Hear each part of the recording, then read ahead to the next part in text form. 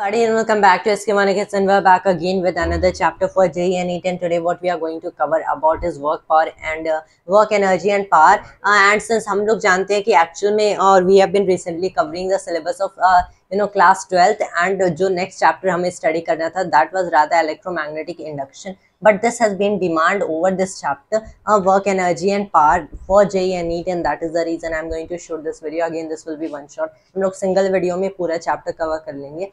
So it will be a lot easier than just breaking up into pieces and shooting all the videos.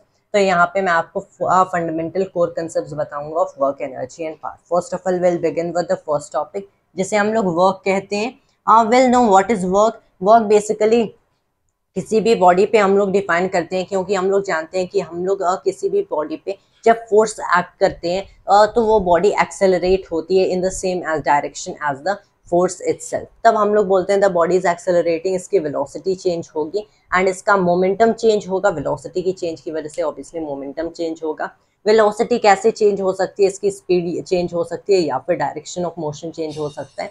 दस momentum का भी हम लोग define कर सकते हैं, या तो मैग्नीट्यूड ऑफ मोमेंटम चेंज होगा या फिर इसकी डायरेक्शन चेंज होगी. But to put all of it in terms of scalars, हम लोग जानते हैं वेक्टर्स से यूजुअली वर्क करने में it is a very kind of difficult task, as we can say, when we have to always work in terms of vectors.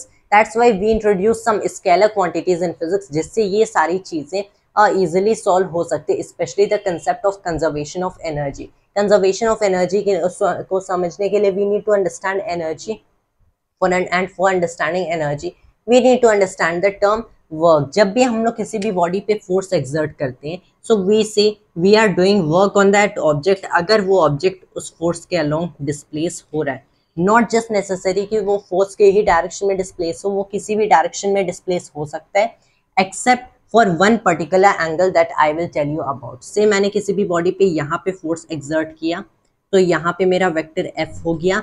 And फिर क्या होता है, ये बॉडी एक डिस्प्लेसमेंट वेक्टर एस अंडरगो करती है. सो दिस बॉडी रीचेस, ये हो गया हमारी डिस्प्लेसमेंट वेक्टर एस.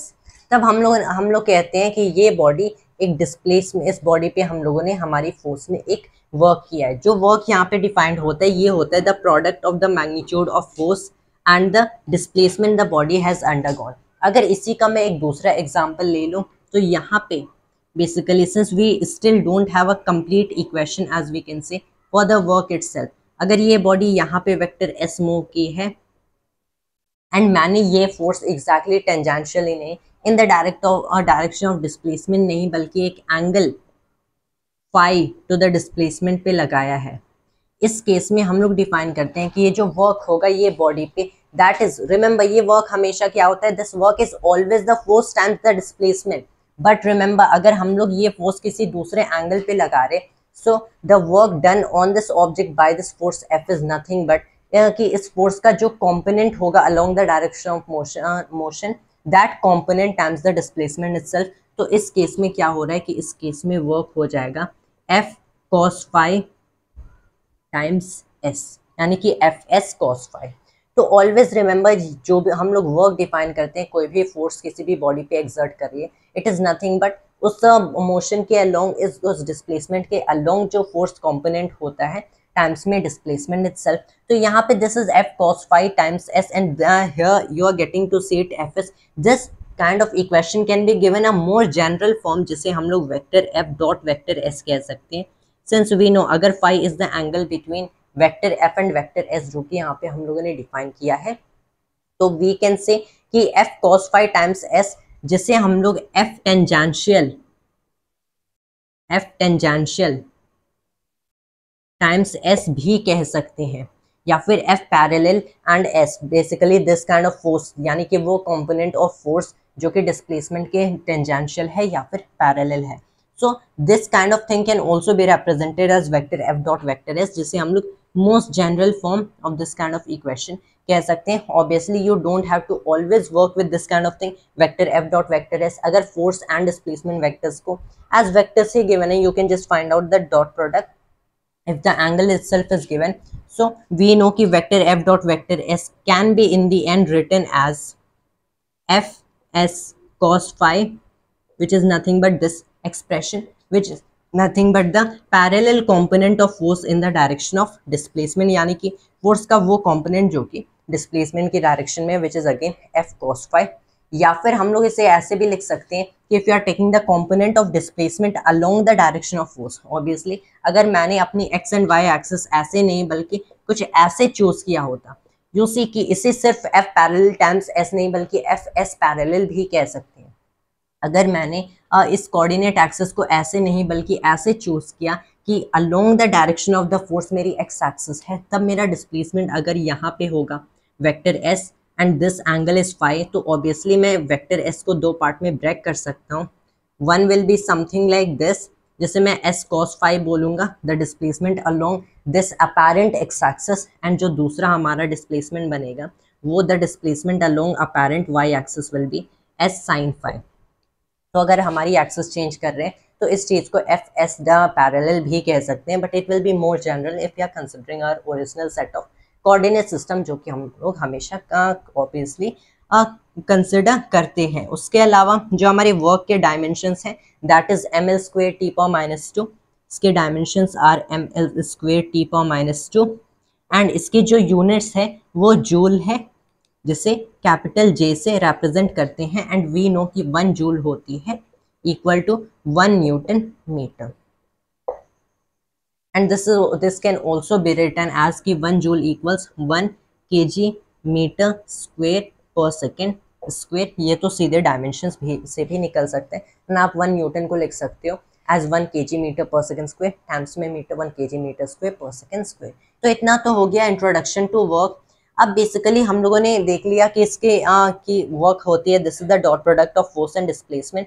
अब cos of angle phi, basically cos phi का रेंज क्या होता है फ्रॉम -1 टू +1, मतलब वर्क की जो रेंज होगी ये हमेशा माइनस एफ एस से पॉजिटिव एफ एस तक हो सकती है, मतलब जो मिनिमम वर्क हो सकती है। मैग्नीट्यूड वाइज देखें तो मैग्नीट्यूड वाइज मिनिमम वर्क 0 होगी। ये कब 0 होगी? जब कॉस फाई 0 होगा।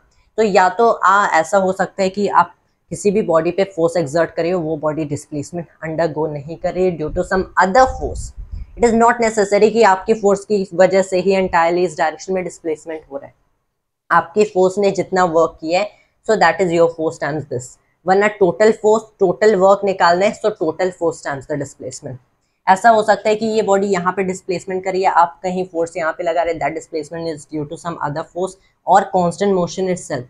उस केस में क्या होगा कि हमारे पास ये बॉडी है, इस पे फोर्स वेक्टर एफ ऊपर एक्ट कर रही है, इसका डिस्प्लेसमेंट वेक्टर एस इधर हो रहा है। तो जब ये एंगल 90 डिग्री बनेगा तो कॉस ऑफ फाई इज 0, मतलब जब आपकी फोर्स का कोई कॉम्पोनेंट डायरेक्शन ऑफ डिस्प्लेसमेंट में नहीं है, मतलब your force is entirely perpendicular to the displacement, उस केस में वर्क 0 होता है, magnitude wise the minimum possible work.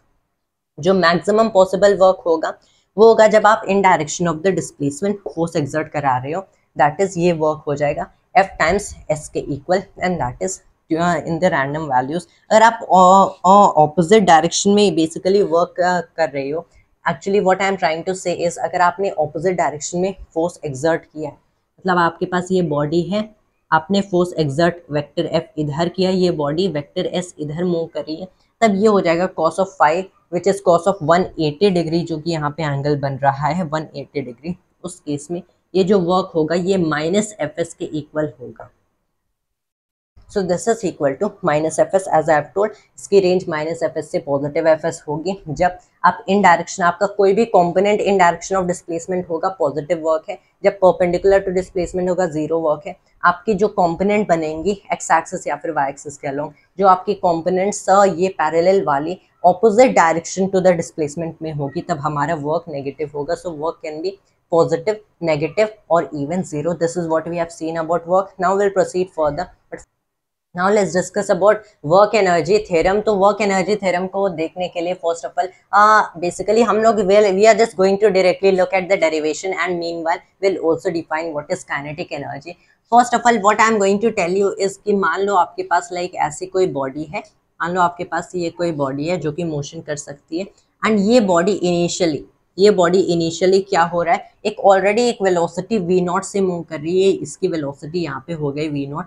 फिर हम लोगों ने क्या किया, यहाँ पे कांस्टेंट फोर्स एक्सर्ट किया वेक्टर f, एंड जब ये डिस्प्लेसमेंट वेक्टर एस अंडरगो करेगी, हम लोग जानते हैं कि इसकी मोमेंटम एंड वेलोसिटी चेंज होगी। इसकी वेलोसिटी यहाँ पे मान लो वेक्टर वी हो गई। पहले वेक्टर वी नॉट हम लोगों ने फोर्स एक्सर्ट किया, एक्सेलरेट की, मीनवाइल ये वेक्टर एस भी डिस्प्लेसमेंट अंडरगो की, एंड अब इसकी वेलोसिटी वेक्टर वी हो गई। इसके लिए अगर मैं इक्वेशंस लिखूं, मैंने मान लिया कि ये सारा जो ड्यूरेशन होगा ये टाइम टी में हो रहा है, टाइम टी में इतना displacement and change in velocity, इतना एक्सेलरेशन हुआ, इतना फोर्स एक्सर्ट हुआ। तब हम लोग जानते हैं कि यहाँ पे ना अगर मैं वर्क का फॉर्मूला यूज कर दूं along with Newton second law of motion, क्योंकि मास तो कांस्टेंट है, Newton second law F equals ma के फॉर्म में भी वर्क करेगा। Basically what I am trying to say, पहले यहाँ पे वर्क कितना हुआ, हमारी फोर्स ने किया F टाइम्स S, इतना वर्क हो गया। F को मैं क्या लिख सकता हूँ, बॉडी का मास मान लो m, बॉडी का मास मान लो m, एक्सेलरेशन हो गया a, सो ma। अब एक्सेलरेशन को मैं कैसे लिख सकता हूँ, इसके एक्सेलरेशन को मैं कुछ ऐसे लिख सकता हूँ, v square minus we not square over 2s। मैंने थर्ड इक्वेशन ऑफ मोशन भी यूज किया, so this is nothing but F equals ma को मैंने क्या लिख लिया कि F equals m times we square minus we not square over 2s। इसको मैंने कुछ ऐसे लिख लिया।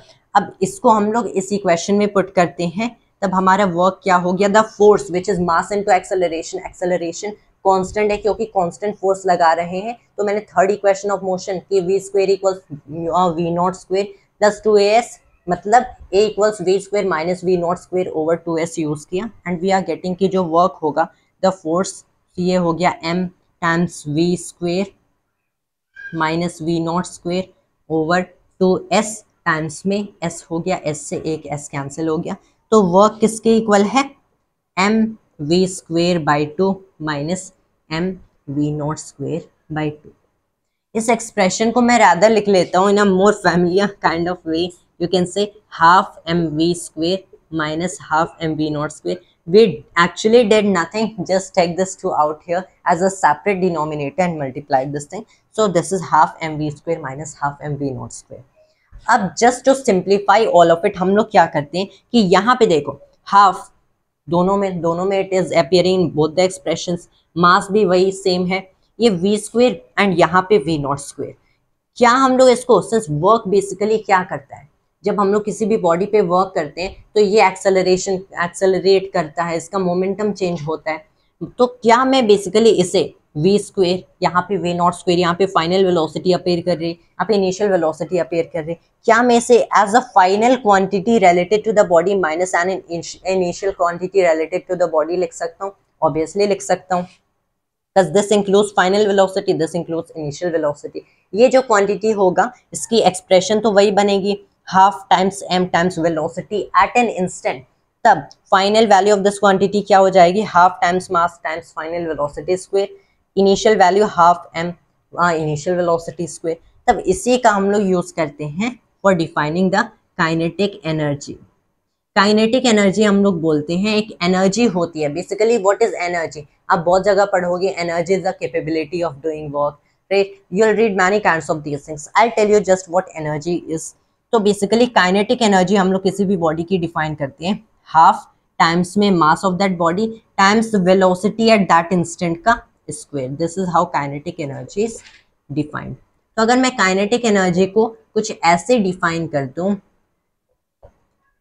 तब इसे फाइनल काइनेटिक एनर्जी लिख सकते हैं, इसे इनिशियल काइनेटिक एनर्जी लिख सकते हैं, मतलब क्या, final minus in initial the change in kinetic energy, तो ये जो वर्क होगा ये किसके इक्वल होगा, the change in kinetic energy of the body के इक्वल। ये तो काइनेटिक एनर्जी का फॉर्मूला हो गया, हाफ मास टाइम्स स्पीड का स्क्वायर। एक्चुअल में मैंने यहाँ पे वेलोसिटी बोला, काइनेटिक एनर्जी स्केलर क्वांटिटी है एंड ये बेसिकली स्पीड है, that appears in the equation. तो ये क्या हो गया, work is equal to the change in kinetic energy, मतलब क्या कि मतलब ये हमें एक थ्योरम मिल रहा है जो कि वर्क एंड काइनेटिक एनर्जी या फिर एनर्जी को रिलेट कर रहा है, which is called the work energy या फिर वर्क काइनेटिक एनर्जी थ्योरम। इसे ही हम लोग वर्क एनर्जी थ्योरम कहते हैं। As you can see right here कि आप जो भी वर्क कर रहे हो किसी भी बॉडी पे, वो work as the change in kinetic energy of that object represent हो सकता है। what exactly is energy? Actually nobody in physics knows कि what exactly is energy. Energy को हम लोग ऐसे कोई exactly physical quantity तो नहीं define कर सकते हैं, जैसे हम लोग force को define करते हैं, जैसे हम लोग acceleration को define करते हैं. What we can say in physics कि energy is just a number. Energy is just any kind of number जिसकी change in physics is all that matters. कि आपने energy, even though हम लोगों ने यहाँ पे लिख लिया कि ये kinetic energy equals half mv square, it actually doesn't matter. It actually doesn't matter कि किसी भी body की kinetic energy हम लोग क्या बोल रहे हैं, या फिर you will study later on, will discuss in the same lecture about potential energy. So it doesn't matter किसी भी body की potential energy क्या है. What actually matters is the change in kinetic energy, is the change in potential energy.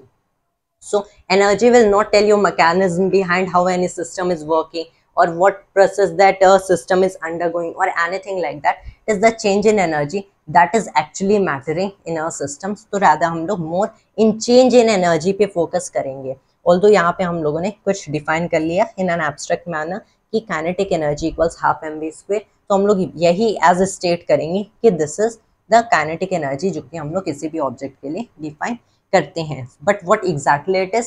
Actually it is not so easy even to define what is energy, and it is not that important to even define what is energy itself. What we need to know is the work energy theorem कि जो भी आप work कर रहे हो या फिर जो टोटल वर्क हो रहा है, रिमेंबर यहाँ पे कितने फोर्सेस एक्ट करें along this direction of motion, ये फोर्स ओनली हमारी सिंगल फोर्स एक्ट कर रही है. अगर हमें एक्चुअल में वर्क एनर्जी थ्योरम को स्टेट करना है तो हमें टोटल फोर्सेस को लेना पड़ेगा for the total work. Total forces को ऐड करके टर्म्स में डिस्प्लेसमेंट इसका स्केलर प्रोडक्ट करेंगे, वरना ऐसा कर सकते हैं कि each force times the displacement vector, फिर जो ईच फोर्स की वजह से वर्क मिलेगा वहां से total work. So basically total work on a body is equal to the change in kinetic energy. ये हम लोगों ने देख लिया work energy theorem. Now will proceed for the work done by a varying force, but first of all let me pause and rub. Alright, and now let's discuss about the work. Basically for varying forces कि अगर हमारी forces vary कर रही हैं along the displacement, तब हम लोग work कैसे calculate करते हैं. Since we know for constant forces हम लोग work calculate करते हैं as vector F dot vector S. यहाँ पे straight line motion लेंगे and straight line forces लेंगे, that is so simply Fs लिख सकते हैं. इसे Fs लिख रहे हैं. Say F is the tangential force in the direction of displacement. अगर यही F वैरी करिए सो वी नो कि हम लोग along this entire displacement vector F W को एज सीधे एज Fs नहीं लिख सकते हैं. Let's try drawing a diagram for something like this कि मान लो हमारे पास एक काइंड का ग्राफ है ऑफ फोर्स वर्सेस डिस्प्लेसमेंट की कैसे फोर्स डिस्प्लेसमेंट के अलोंग वैरी कर रहा है, कि हमारा फोर्स कुछ ऐसे मान लो वैरी कर रहा है, नॉट समथिंग लाइक दिस. मान लो हमारा फोर्स कुछ ऐसे वैरी कर रहा है अलोंग दिस एंटायर डिस्प्लेसमेंट. तो मैंने मान लिया कि अगर मुझे S1 जब इसकी ये कुछ this is rather position rather than displacement itself, this is position जो कि मैं ले रहा हूँ, अगर ये S1 पे था एंड फिर ये S2 पे गया एंड एट दीज वैल्यूज हमारी जो फोर्सेस हैं this is F1 and F2 respectively, तब बेसिकली हमारा work done on this body क्या होगा during the displacement from S1 to S2. हम लोग क्या करते हैं कि मान लो मैंने क्या किया कि ये जो ग्राफ हमारा बन रहा है, ये जो ग्राफ हमारा बन रहा है, इसमें बेसिकली मैंने क्या किया समथिंग लाइक दिस. हाँ, इसमें मैंने क्या किया कि इसे मैंने S1 से S2 तक ये जो डिस्प्लेसमेंट बन रही इसे बहुत ही छोटे छोटे एट फर्स्ट में इसे ग्रिड्स में ब्रेक कर रहा हूँ. एट फर्स्ट इसे ग्रिड्स में ब्रेक करेंगे समथिंग लाइक दिस, एंड फिर क्या होगा कि इससे छोटे you know the length of each of these displacement segments, ये जो एंटायर डिस्प्लेसमेंट है इसे सेगमेंट्स में ब्रेक किए एंड फिर we are getting the length of each segment shorter and shorter. मान लो इससे कुछ ऐसे ग्रिड्स यू नो सेगमेंट्स में ब्रेक किए, the length of each segment is delta s. अगर ये डेल्टा एस मान लो बहुत ही छोटी हो जाए, बहुत ही छोटी हो जाए, तो इन ईच डेल्टा एस हम लोग क्या बोल सकते हैं, that will only increase the number of segments we have. तब in each delta S the work done in delta S basically क्या होगा, the force times delta S. क्या अब इसे मैं फोर्स टाइम्स डेल्टा एस लिख सकता हूँ? अगर डेल्टा एस बहुत ही छोटी हो जाए तब वी नो कि इन ईच सेगमेंट हम लोग फोर्स कांस्टेंट एज्यूम कर सकते हैं. तब यहाँ पे फोर्स सेगमेंट से सेगमेंट में चेंज होगा. फर्स्ट सेगमेंट के बाद फोर्स चेंज हो गए, सेकेंड सेगमेंट के बाद फोर्स चेंज हो गए. सो व्हाट इज हैपनिंग कि जब ये फोर्स एक्चुअल में चेंज कर रही है, जब ये फोर्स चेंज कर रही है, अगर ये सेगमेंट्स की लेंथ बहुत ही छोटी हो जाए, ये डिस्प्लेसमेंट सेगमेंट बहुत ही छोटी हो जाए, देन इन ईच सेगमेंट मैं फोर्स को कांस्टेंट एज्यूम कर सकता हूँ and for each segment we can represent it. जितनी छोटी ये डेल्टा एस होगी ऑब्वियसली उतनी ही एक्यूरेट हमारे रिजल्ट्स होंगे। So the total work done will be what, the work done in the first segment, जैसे फोर्स कांस्टेंट एज्यूम किया, plus in the second segment, plus in the third segment, and ऐसे हम लोग जो total work निकालेंगे ये कैसे निकालेंगे, the sigma of F delta S, कुछ ऐसे निकालेंगे। बट रिमेंबर कि फोर्स एग्जैक्टली इन ईच सेगमेंट कांस्टेंट नहीं होगी, लेकिन अगर ये डेल्टा जीरो को अप्रोच करता है, मतलब ये जो सेगमेंट की लेंथ होगी ये नियरली जीरो हो जाएगी एंड हमारे पास इनफाइनाइट नंबर ऑफ सेगमेंट्स हो जाएंगे। We have like infinite number of segments in the length of each segment is something like zero. मतलब मैं क्या कर रहा हूँ, मैं लिमिट लगा रहा हूँ कि delta S approaches zero, we have sigma f delta s and we easily recognize this expression, this is nothing but integral of it। मतलब हमें क्या मिलता है कि जब हमारी फोर्स वैरिंग है तो हम each segment में फोर्स को कांस्टेंट एज्यूम कर सकते हैं, and by doing that, by extending it to infinite number of segments, it's nothing but the work done is equal to the integral of f ds। मतलब आपको बस क्या चाहिए, आपको ये देखना है कि जो फोर्स है ये कैसे डिस्प्लेसमेंट के रेस्पेक्ट में, पोजीशन के रेस्पेक्ट में, to be more precise and accurate, change कर रही है। So we are all we have to do is integrate the force with respect to position and आपको वर्क डन मिल जाएगा। सिंस ये this is nothing but integration, मतलब हमें क्या मिलता है, अगर आपके पास कोई भी force displacement force position graph है, रिमेंबर फोर्स पोजीशन ग्राफ है, तो उसका जो एरिया अंडर कर्व होता है this is the work.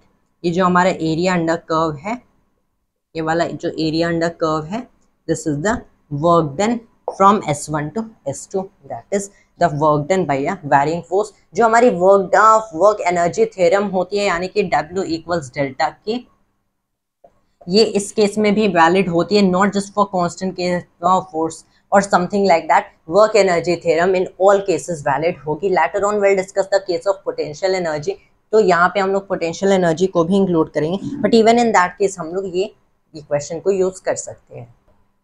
Now let's discuss about some other kinds of energy and specifically अब हम लोग potential energies and specifically gravitational potential energy की डिस्कशन करेंगे। सो यहाँ पे for that case let me again consider gravitation. हम लोग बहुत ज़्यादा नहीं देखेंगे, just at the surface of earth something like normal, since gravitation chapter work energy and power के बात पढ़ते हैं। मान लो ये हमारी सर्फेस ऑफ अर्थ है, ये हमारी सर्फेस ऑफ अर्थ है एंड कोई भी बॉडी है at a vertical height of y1, कोई हाइट बॉडी है at a height of y1, मैंने यहां से ड्रॉ कर दिया, दिस हाइट इज y1। ये बॉडी नीचे आती है towards the surface of the earth, ये बॉडी नीचे आती है towards the surface of the earth and ये बेसिकली कैसे नीचे आती है, मान लो हम लोगों ने y1 हाइट से छोड़ दिया, इस पे नीचे ग्रेविटेशनल फोर्स एक्ट करेगी जो कि नियरली एट सरफेस कांस्टेंट होगी।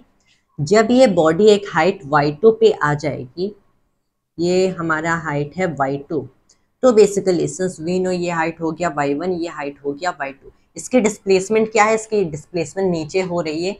क्या डिस्प्लेसमेंट है, y1 minus y2 downward, y1 minus y2 downward हो गया। बेसिकली ये जो डिस्प्लेसमेंट होगी एक्चुअल में y2 माइनस y1 होगी। वी नो दिस मच, ये डिस्प्लेसमेंट एक्चुअल में y2 माइनस y1 है, सिंस y1 बड़ा है y2 छोटा है, डिस्प्लेसमेंट नेगेटिव है। मैं ऐसा भी कह सकता हूँ कि y1 माइनस y2 है नेगेटिव डायरेक्शन में, उससे डायरेक्शन भी मिल गया, मैग्नीट्यूड भी मिल गया, magnitude y1 minus y2 direction नीचे। इस पे एक वेट एक्ट कर रही थी W, gravitational force which is mg force act कर रही थी। तो यहाँ पे मैं क्या कह सकता हूँ कि ग्रेविटेशनल फोर्स ने इस बॉडी पे वर्क कितना किया, ये इसने वर्क कर दिया, द ग्रेविटेशनल फोर्स जो कि इस बॉडी के वेट के इक्वल है times the vertical displacement which is along the Y axis. Gravitational force मतलब weight which is just mg times में ये हो गया y1 माइनस y2। बेसिकली मैं यहाँ पे मैग्नीट्यूड वाइज देख रहा, obviously y1 minus y2 negative term होगा, लेकिन w भी तो तब नेगेटिव हो जाएगा, मतलब टोटल वर्क पॉजिटिव है। यहाँ पे w भी नेगेटिव, y1 माइनस y2 भी नेगेटिव, मतलब वर्क क्या है, अभी भी पॉजिटिव है, क्योंकि force is in the same direction as the displacement. ये क्या हो गया, mg y1 माइनस mg/y2, इस प्लेस में वर्क पॉजिटिव होगा क्योंकि we know y1 is greater than y2। यहाँ पे अगर हम लोग देखें, this is something like these two, इनके एक्सप्रेशंस सेम दिख रहे दोनों टर्म्स के, यहाँ पे भी mg, यहाँ पे भी mg, यहाँ पे y1 है, यहाँ पे y2 है, लेकिन दोनों तो है vertical Heights from the surface of the earth. मतलब ये क्या हो सकता है, y1 is initial height, y2 is final height. मतलब ये हो सकता है an initial property of the body and a final property of the body.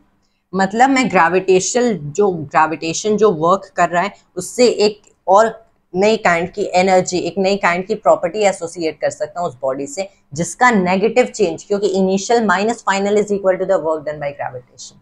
यहाँ से हमें मिलता है कि जो work done by gravitational force होगा, this is equal to the initial potential energy or rather initial gravitational potential energy.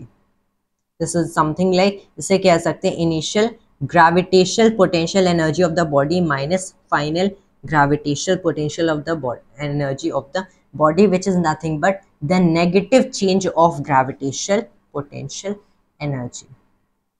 इसे हम लोग बोलते हैं the gravitational potential energy of the body. ये क्या है ग्रेविटेशनल पोटेंशियल एनर्जी? इसका जो कॉमन एक्सप्रेशन आपको मिलेगा mg टाइम्स, अगर ये बॉडी एक हाइट h पे है, so mg h to what, h to the surface of earth. जब ग्रेविटेशन पढ़ोगे उसको और डीप में समझोगे।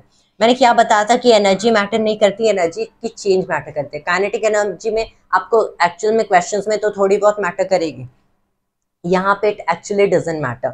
आप different coordinate systems, different reference lines choose कर सकते हो for your gravitational potential energy. यहाँ पे हम लोगों ने ले लिया था क्या, यहाँ पे जो ग्रेविटेशनल पोटेंशियल है ये रिलेटिव टू द ग्राउंड है। आप रिलेटिव टू स्काई भी ले सकते हो, आप gravitational potential energy relative to here भी ले सकते हो, बट यूजुअली क्वेश्चंस के अकॉर्डिंग कोई बेस्ट सूटेड वैल्यू होती है इसके आप वैल्यू जो कि आप एज रेफरेंस लाइन लोगे, जिससे आप हाइट देखोगे एंड फिर सारे you are putting all the values in the equation. Remember potential energy, यहाँ पे हम लोग एक और पोटेंशियल एनर्जी पढ़ेंगे। पोटेंशियल एनर्जी वो काइंड की एनर्जी होती है, kinetic energy is the energy of a moving object जो कि उसकी मोशन से एसोसिएटेड है, उसकी स्पीड से एसोसिएटेड है। पोटेंशियल एनर्जी वो एनर्जी होती है किसी भी बॉडी में जो कि उस बॉडी की पोजीशन इन स्पेस या फिर पोजीशन इन दैट सिस्टम से एसोसिएटेड होती है, that is potential energy. Gravitational potential energy the energy है जो कि इस बॉडी में है, जो कि इसकी height relative to earth's gravitation या फिर रिलेटिव टू अर्थ से एसोसिएटेड है। That is the work done by gravitation is nothing but the negative change in gravitational potential energy। जो हमारा वर्क एनर्जी थ्योरम था, यहाँ से हम लोग बहुत ही इंपॉर्टेंट चीज निकाल सकते हैं। जो वर्क एनर्जी थ्योरम था, रिमेंबर ऑल्दो ये वाला जो एक्सप्रेशन है mgh, क्योंकि हम लोग जानते हैं कि बेसिकली ग्रेविटेशन वैरी कर जाते हैं, ऊपर जाएंगे कम हो जाएगा, जो कि आप ग्रेविटेशन चैप्टर में ज्यादा पढ़ोगे।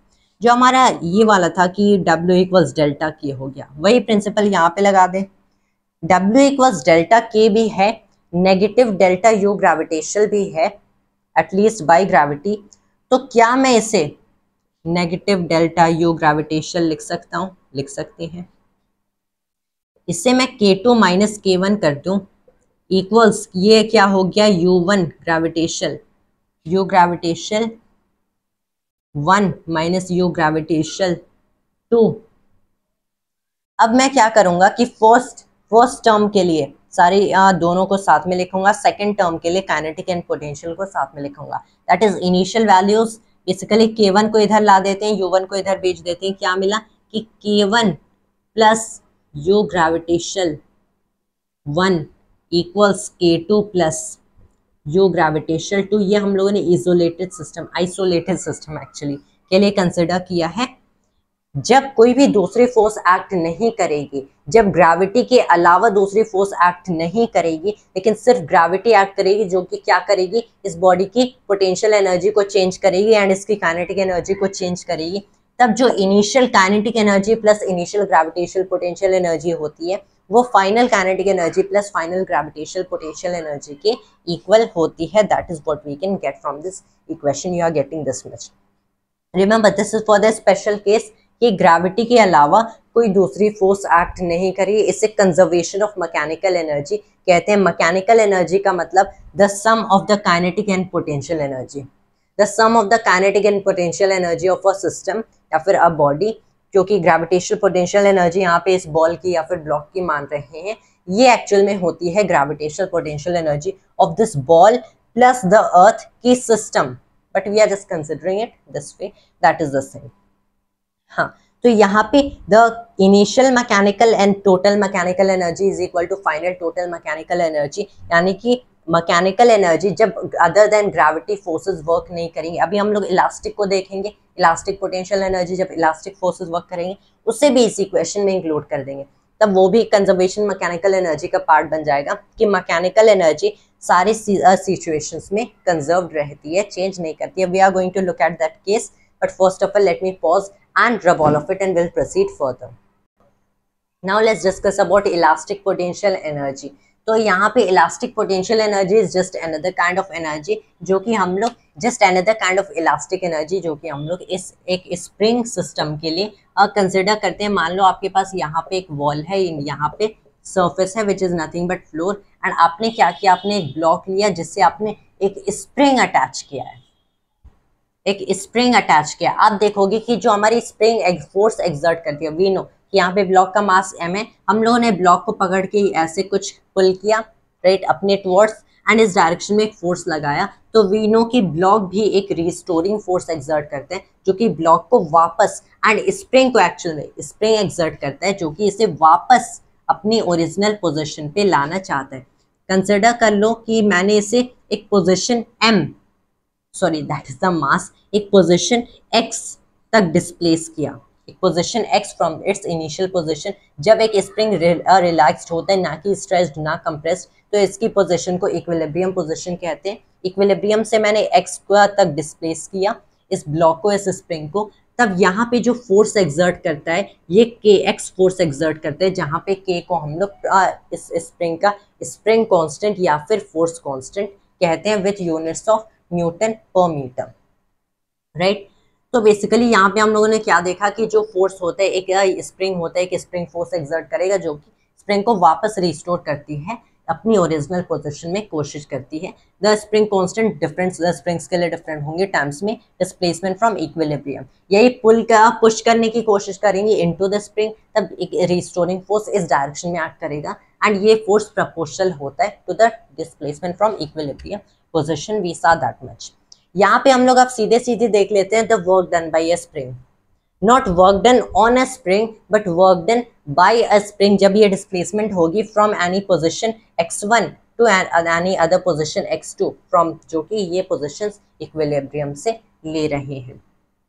Since we know spring force एक डिस्प्लेसमेंट के साथ वैरिंग फोर्स है, तो इसे मैं क्या लिख सकता हूँ as integral of kx dx, एक डिस्प्लेसमेंट x1 से x2 तक फ्रॉम द इक्विलिब्रियम पोजीशन अगर मैं ले लूँ, तो जो work done on the spring होगा, बेसिकली मैं एक्चुअल में मैं क्या ले रहा ना, मैं ये work done by the spring ले रहा हूँ ऑन द ब्लॉक, क्योंकि हम लोग भी स्प्रिंग पे वर्क कर रहे हैं, एंड एग्जैक्टली उसी का उल्टा जो उसी का नेगेटिव साइन का होगा वर्क, वो हमारा work done by the spring होगा, जो कि मैं यहाँ पे कंप्यूट करने की कोशिश कर रहा हूँ। सिंस ये opposite to the direction of displacement है, देख लो डिस्प्लेसमेंट इधर x है, स्प्रिंग ने कितनी फोर्स एक्सर्ट की, ऑपोजिट डायरेक्शन में रिस्टोरिंग फोर्स है नेगेटिव x, मतलब यहाँ पे एक नेगेटिव साइन आ गया, रिस्टोरिंग फोर्स है, तो यहाँ पे कंप्यूट कर लो, this is nothing but half के x1 स्क्वेयर माइनस हाफ के x2 स्क्वेयर। तो यहाँ पे अगेन हमें कुछ ऐसे कॉमन से एक्सप्रेशंस मिल रहे हैं, यहाँ पे भी हाफ के, यहाँ पे भी हाफ के, यहाँ पे x1 का स्क्वायर हो गया, यहाँ पे x2 का स्क्वायर हो गया, यहाँ पे इनिशियल, यहाँ पे फाइनल, मतलब मैं अगेन एनर्जी इससे एसोसिएट कर सकता हूँ।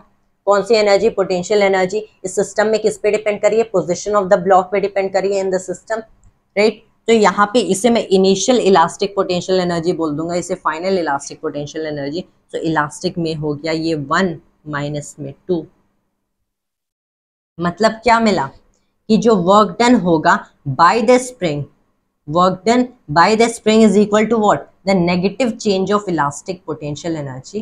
Again look at this, and जो इलास्टिक पोटेंशियल एनर्जी किसी भी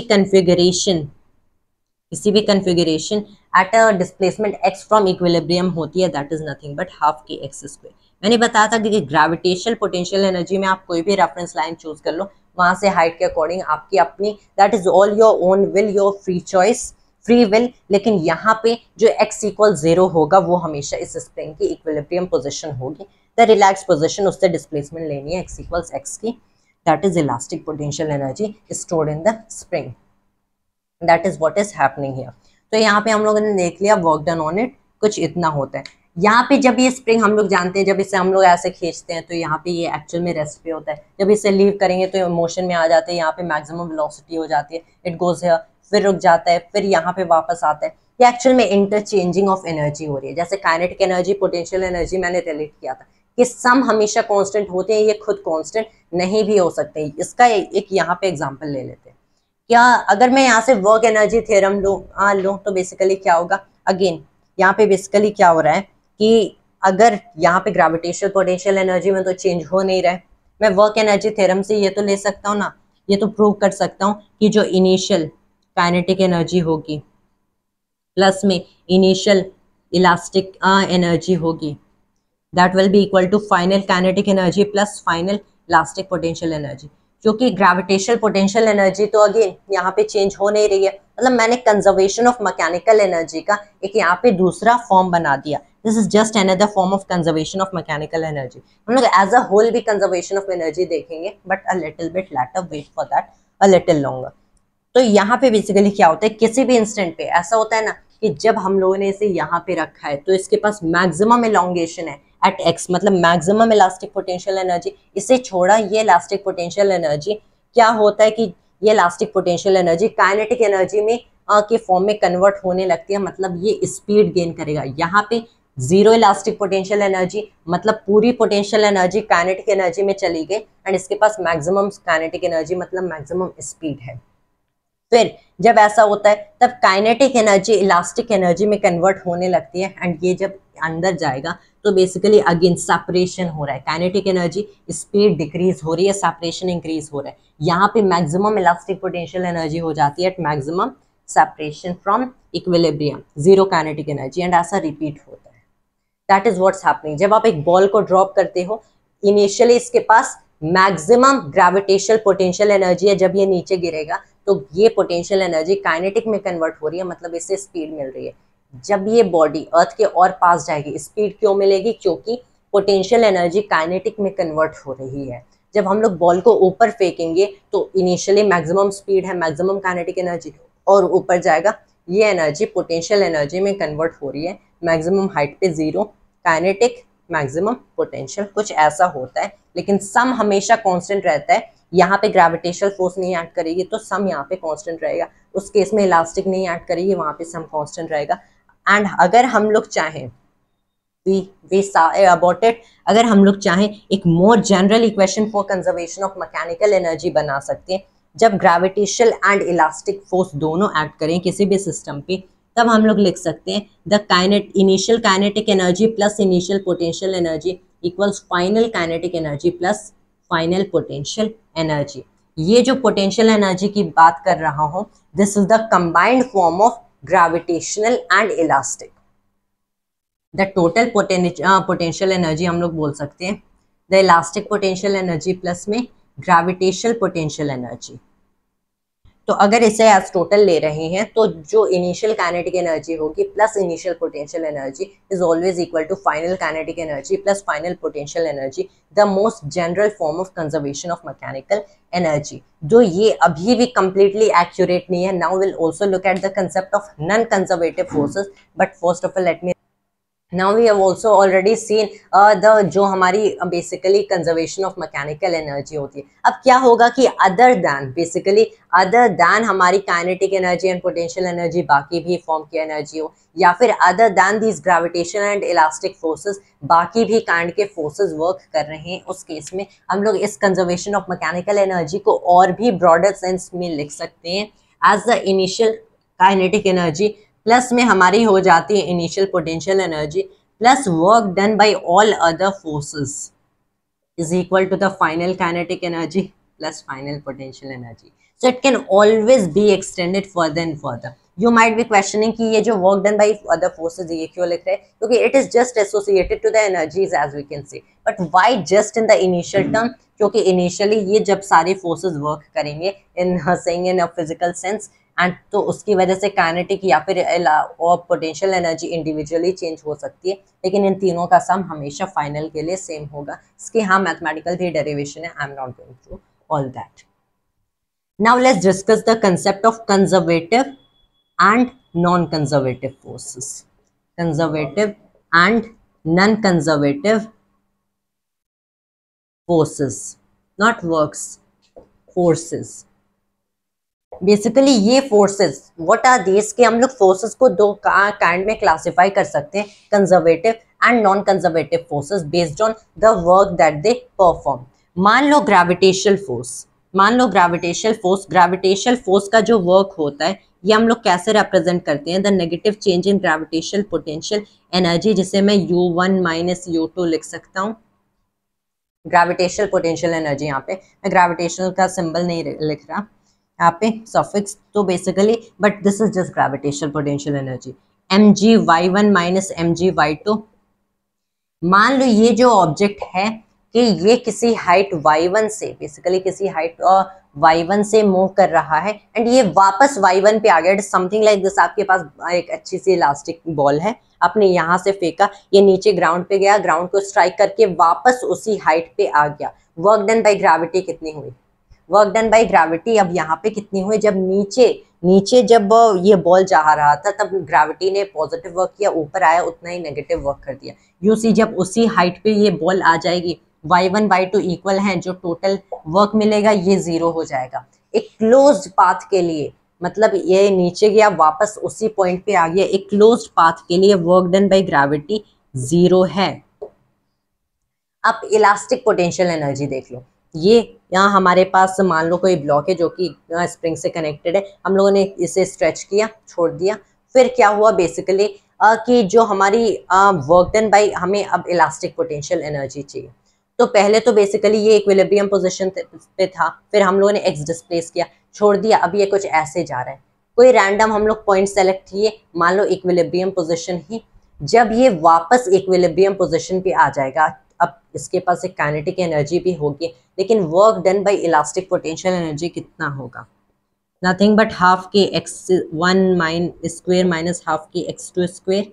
कोई रैंडम पॉइंट x सेलेक्ट कर लिए, जब ये वापस उसी पॉइंट x पे आ जाएगा तब work done bye elastic potential energy क्या हो गई, 0 हो गई। यहाँ पे हम लोग देख रहे हैं कि इन दोनों चीजों में सिमिलर क्या है, इन दोनों काइंड की एनर्जी में, कि एक क्लोज्ड पाथ के लिए दोनों में 0 हमें मिल रहा है, 0 वर्क। क्योंकि क्या, क्योंकि ये जो हमारी एनर्जीज हैं ये सिर्फ इनिशियल और फाइनल पॉइंट्स पे डिपेंड करें। हम इनिशियल पॉइंट से फाइनल पॉइंट तक कैसे गए, फाइनल से इनिशियल तक कैसे आए, इस पे डिपेंड नहीं करे, सिर्फ हमारी पाथ पे, ये पाथ पे नहीं डिपेंड करिए कि हम लोग y1 से y2 तक किस पाथ से गए, कुछ ऐसे जा रहे हैं, ऐसे जा रहे हैं या फिर ऐसे जा रहे हैं, इस पे डिपेंड नहीं कर रहे। इन सिमिलर मैनर दिस, ये बस किस चीज पे डिपेंड कर रही है, initial final points.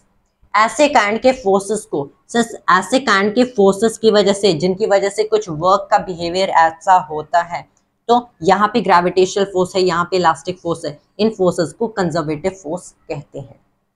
Basically these are that kind of forces कि आपके पास यहाँ पे है एक पॉइंट x1, मान लो हमारे पास एक पॉइंट हो गया r1, यहाँ पे है आपके पास एक पॉइंट r2।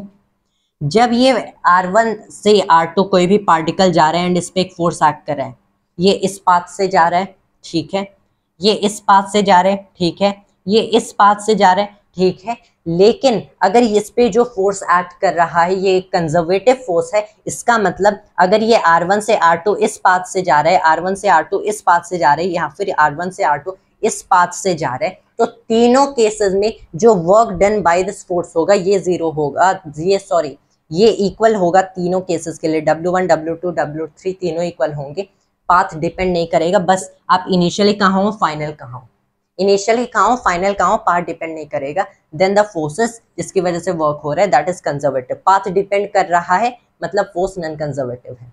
सिर्फ ये इनिशियल फाइनल पॉइंट्स पे डिपेंड करते हैं, कंजर्वेटिव फोर्सेस की वजह से जो वर्क डन होते हैं अराउंड अ क्लोज्ड पाथ कि आप उसी पॉइंट पे वापस आ गए, वो हमेशा जीरो के इक्वल होता है। तो ऐसे आप वेरीफाई भी कर लो, क्लोज्ड पाथ के अराउंड ये वर्क जीरो होगा, मतलब फोर्स कंजर्वेटिव है। ये इनिशियल फाइनल पॉइंट सिर्फ आपको एक्सप्रेशन में देख रहे हैं, फोर्स कंजर्वेटिव है। नॉन कंजर्वेटिव कब है? जब क्लोज्ड पाथ के अलोंग ये R1 से R2 तक गया, R2 से वापस आ गया, टोटल वर्क जीरो नहीं है। कंजर्वेटिव में जीरो होते, टोटल वर्क यहाँ पे जीरो नहीं है, फोर्स नॉन कंजर्वेटिव है जिसकी वजह से वर्क हो रहा है। अगर नॉन कंजर्वेटिव फोर्स यहाँ पे एक्ट कर रही है तो R1 से R2 में डिफरेंट वर्क होगा, R1 से R2 इस पाथ से डिफरेंट वर्क होगा, R1 से R2 इस पाथ से डिफरेंट वर्क होगा। कंजर्वेटिव में तो हमारी ग्रेविटेशनल दिख गई, इलास्टिक दिख गई। एक आप काइंड की एनर्जी पढ़ोगे, इलेक्ट्रिक पोटेंशियल एनर्जी, जो इलेक्ट्रिक फोर्स होती है ये भी कंजर्वेटिव होती है। नॉन कंजर्वेटिव फोर्सेस में आप ले लो एग्जाम्पल, सबसे अच्छा जो एग्जाम्पल लेते हैं फ्रिक्शन। एक और एग्जाम्पल ले सकते हो एयर ड्रैग, मतलब viscosity. Friction and air drag, the two of the most important common examples you can take. Friction basically आपने क्या किया कि आपके पास एक ऑब्जेक्ट है, आपने रब किया, आप देखोगे कि जब इस ऑब्जेक्ट को यहाँ पे रब करे हो फ्रिक्शन पीछे एक्ट कर रहा है, राइट, पीछे एक्ट कर रहा है, ये ऑब्जेक्ट यहाँ पे चला गया, फ्रिक्शन पीछे एक्ट कर रहा है, फ्रिक्शन ने कुछ वर्क किया, कौन सा वर्क किया? नेगेटिव वर्क किया। फिर इसी ऑब्जेक्ट को आपने क्या करा? फोर्स लगाया एंड वापस उसी पोजीशन पे भेज दिया। लेकिन friction always opposes the relative motion between surfaces. जब ये ऑब्जेक्ट यहाँ पे जा रहा है, फ्रिक्शन पीछे एक्ट कर रहा है, नेगेटिव वर्क किया। अब जब ये ऑब्जेक्ट वापस उसी पोजीशन पे जा रहा है, अब फ्रिक्शन इस डायरेक्शन में एक्ट कर रहा है, तो अब बेसिकली क्या हुआ? अब भी नेगेटिव वर्क किया, नेगेटिव पॉजिटिव नहीं हुआ, in both cases negative work. मतलब जो total work around a closed path है, ये जो total work around a closed path है ये जीरो नहीं है। This is around a closed path to say कि यहाँ पे बेसिकली आपने बॉडी को भेजा, फ्रिक्शन पीछे, यहाँ पे अब वापस उसी पोजीशन पे ला दिया। अब लेकिन अब फ्रिक्शन यहाँ पे नहीं बल्कि इसके पीछे है। दैट इज द रीजन कि जो टोटल फोर्स है, टोटल वर्क डन हुआ, वो जीरो नहीं हुआ। Air drag is complete similar, that is friction in air, so as you can से।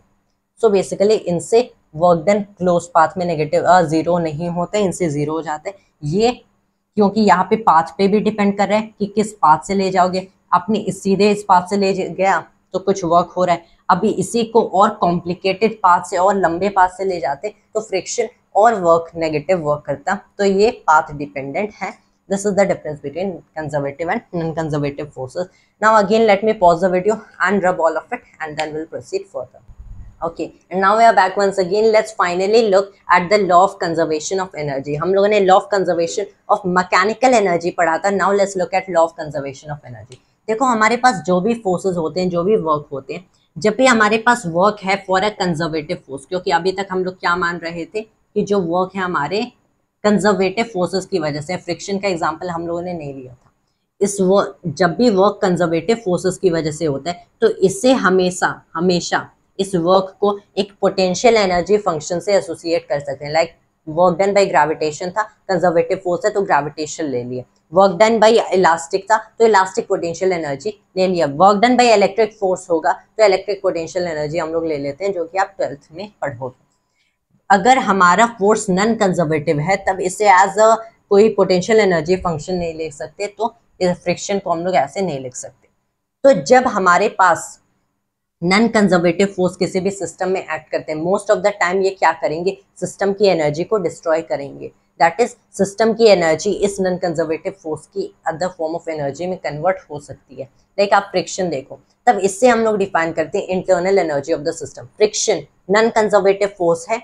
जब फ्रिक्शन एक्ट करते हैं, आप देखोगे जब भी बॉडीज रब करती हैं उनमें फ्रिक्शन एक्ट करता है, तब वो बॉडीज वार्म अप कर जाती हैं, उनका टेम्परेचर इंक्रीज हो जाता है। इससे हम लोग डिफाइन करते हैं the internal energy of a body. यहाँ से इंटरनल एनर्जी चेंज होती है।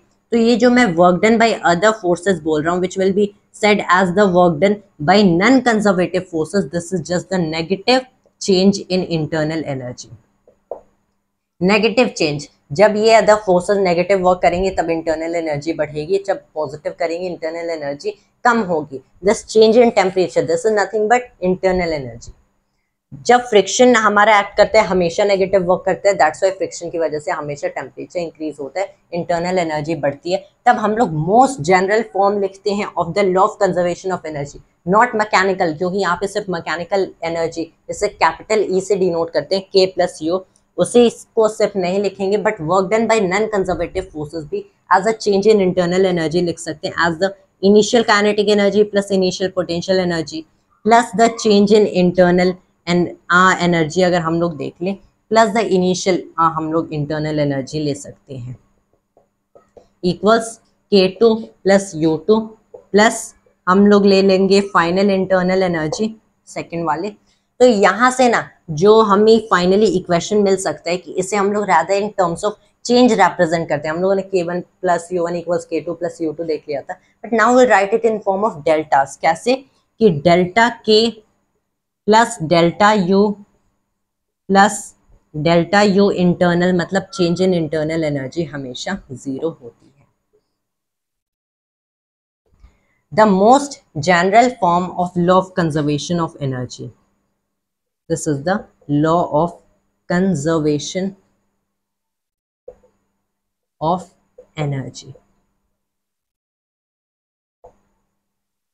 The law of conservation of energy कि हमारी बेसिकली आप कोई भी सिस्टम ले लो, उसमें काइनेटिक से पोटेंशियल में चेंज हो जाएगी, पोटेंशियल से इंटरनल में हो सकती है, या फिर काइनेटिक से इंटरनल में, इंटरनल एनर्जी से आप बेसिकली इसे वापस नहीं ले सकते हो, इंटरनल एनर्जी में गई तो गई, that is how it actually works. लेकिन पूरे सिस्टम में ये जो total change in internal energy होती है जीरो होती है, मतलब total change in this entire energy, total energy हमेशा कांस्टेंट होती है, kinetic plus potential plus internal हमेशा टोटल कांस्टेंट होती है, बस ये एक फॉर्म से दूसरे फॉर्म में चेंज होती जाती है। दैट इज वाई जो टोटल चेंज इन एनर्जी देखोगे वो हमेशा जीरो होती है किसी भी सिस्टम में। That is the law of conservation of energy, that energy can not be created, can not be destroyed. हम लोग क्रिएट डिस्ट्रॉय नहीं कर रहे, एक फॉर्म से दूसरे फॉर्म में कन्वर्ट कर रहे हैं।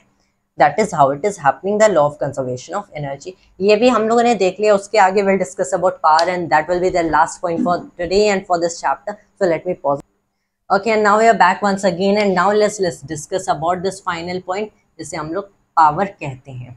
So power basically is the rate of doing work, कि किस रेट से आप वर्क कर रहे हो। लाइक वर्क तो आप कर रहे हो, आप सीढ़ी चढ़ रहे हो, सो बेसिकली आप ग्रेविटेशन के अकॉर्डिंग एक्चुअल में बेसिकली ग्रेविटेशन के अगेंस्ट वर्क कर रहे हो, क्योंकि इवन अगर आपकी initial final kinetic energy zero ले लें कि इनिशियली आप रेस्ट पे थे, चढ़ लिए, फाइनली रेस्ट पे आ गए, so after climbing up the stage basically आपने क्या किया, आप अपनी हाइट इंक्रीज कर रहे हो, मतलब आपकी ग्रेविटेशनल पोटेंशियल एनर्जी इंक्रीज कर रही है, मतलब work done by gravity decrease, work done by gravity negative है, work done by your positive है, जो टोटल वर्क होगा ऑब्वियसली जीरो होगा।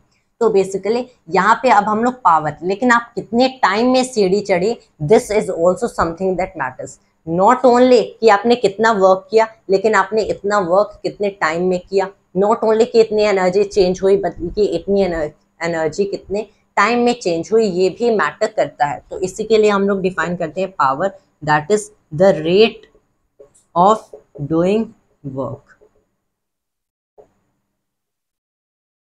That is power, the rate of doing work, कि आप किस रेट से वर्क कर रहे हो, किसके रेस्पेक्ट में, टाइम के रेस्पेक्ट में। मतलब अगर इक्वेशंस के फॉर्म में लिखें तब हम लोग दो काइंड के एक्चुअल में पावर डिफाइन करते हैं। एक हो गया एवरेज पावर, एवरेज पावर कि आपने टोटल वर्क कितना किया डिवाइडेड बाय में कितने टाइम में। सपोज डेल्टा टी ड्यूरेशन में डब्ल्यू अमाउंट का वर्क किया, तो हम लोग एवरेज पावर डिफाइन करते हैं W over delta T, that is the average power, right. इसे हम लोग ऐसे भी डिफाइन कर सकते हैं the total change in energy. अगर वर्क को हम लोग चेंज इन एनर्जी, कोई भी काइंड की एनर्जी, काइनेटिक एनर्जी ले लो, पोटेंशियल एनर्जी ले लो, कोई भी काइंड की एनर्जी, जस्ट कोई भी काइंड की एनर्जी के टर्म्स में रिप्रेजेंट कर रहे हैं डेल्टा ई, तो इसे delta E by delta T भी लिख सकते हैं। This is what, this is average power. लेकिन अगर हमारा रेट कांस्टेंट नहीं होगा, मतलब पावर कांस्टेंट नहीं है, सपोज पावर भी वैरी कर रहा है, पावर को हम लोग लिखते हैं वॉट में, both average and instantaneous, what which is denoted by capital W। तो अगर हमारा rate of doing work constant नहीं है बल्कि वैरी कर रहा है, तो उस केस में हम लोग डिफाइन करते हैं द इंस्टेंटेनियस पावर या फिर simply power which is dw/dt, which is a more general equation. This is the instantaneous power or simply power itself. This is average power. ये पूरे ड्यूरेशन के लिए वर्क करेगा, इंटरवल के लिए, ये एट एन इंस्टेंट. अगर रेट कांस्टेंट है so this instantaneous equals average. That is how it happens, क्योंकि कांस्टेंट पावर है. सो this is about average and instantaneous power. इतना भी हम लोगों ने देख लिया. अब एक और इक्वेशन होता है जो कि पावर, फोर्स एंड वेलोसिटी को रिलेट करता है. That is very interesting, and this very interesting relation which I personally like very much. कि मान लो आपके पास यहाँ पे वर्क है, वर्क को कैसे लेके फोर्स इनटू डिस्प्लेसमेंट. बेसिकली हम लोग क्या ले लेते हैं कि ये हो गया, हम लोग इंस्टेंटेनियस पावर के लिए ले रहे हैं कि हम लोग पावर ले लिए dw/dt. वर्क को लिख सकते हैं फोर्स इनटू डिस्प्लेसमेंट. तो दिस इज d/dt और फोर्स इनटू डिस्प्लेसमेंट हो गया मान लो डेल्टा एस. फोर्स को बाहर ले लो, delta S over delta T हो गया. फोर्स तो कांस्टेंट होगा, कांस्टेंट फोर्स के लिए ले रहे हैं. ये वाला जो इक्वेशन हम लोग लिख रहे हैं कांस्टेंट फोर्स के लिए लिख रहे हैं कि जब फोर्स कांस्टेंट है. F delta S by delta T, ये क्या हो गया, the velocity. Displacement over time. Actual में यहाँ पे ना हम लोग what are we even doing, ये तो डी एस है ना, right. This is ds over dt. So this is dw over dt. ये हो गया d over dt f ds. dw को basically f ds rather लिख सकते हैं. Here we made some kind of terrible mistake, you can say, कि यहाँ पे df and times ds तो लिखने की ज़रूरत नहीं है. Why? क्योंकि dw को since हम लोग जानते हैं w हम लोग as f into s लिख रहे थे, तो जब dw होगा this is f ds. यहाँ पे d of f टाइम्स में s नहीं लिखने की जरूरत है, is not d of f times ds, क्योंकि w is fs. so dw is what? dw is equal to fds. so actual sorry to say but even if the force itself is not constant, force constant हो या ना constant हो, हमेशा आप इसे as fds लिख सकते हो. ds dw तो हमेशा fds लिखा जा सकता है. तो सिंस यहाँ पे हम लोग इंस्टेंटेनियस पावर की बात करें, पावर एट एन इंस्टेंट, कि इस इंस्टेंट पे जो फोर्स होगी टाइम्स में displacement, ds over dt velocity लिख लेंगे. सो this is what, this is f times में v. तो यहाँ से क्या मिला कि जो पावर होता है instantaneous power, power at any instant, यहाँ पे हम लोगों ने f टाइम्स v लिखा था. अगर इसी की वेक्टर फॉर्म लिख लिए सो यहाँ पे vector f dot vector ds लिखे होते. So here is again vector ds over dt, velocity vector हो जाता.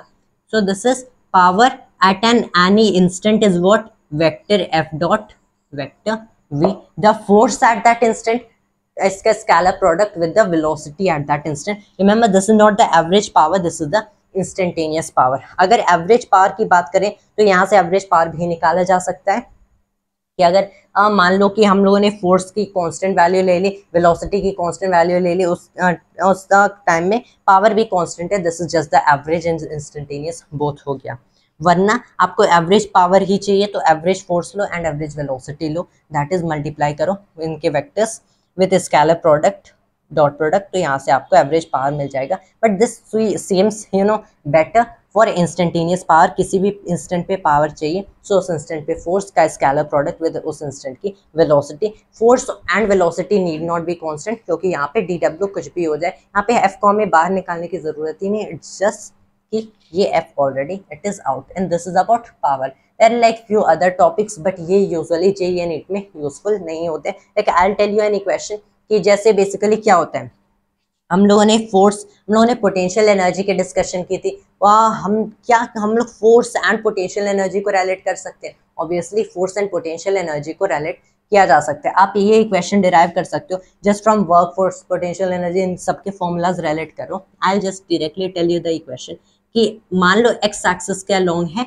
सो अलोंग एक्स एक्सिस जो फोर्स एक्ट करती है इसे मैं minus the rate of change of potential energy with respect to the X axis, X coordinates itself लिख सकता हूँ. As a fy and fz के लिए भी लिख सकते हैं. लेकिन अगर हमारा motion along all three axis हो रहा है तो ये जो पोटेंशियल एनर्जी है सिर्फ x पे नहीं बल्कि yz पे भी डिपेंड करेगी.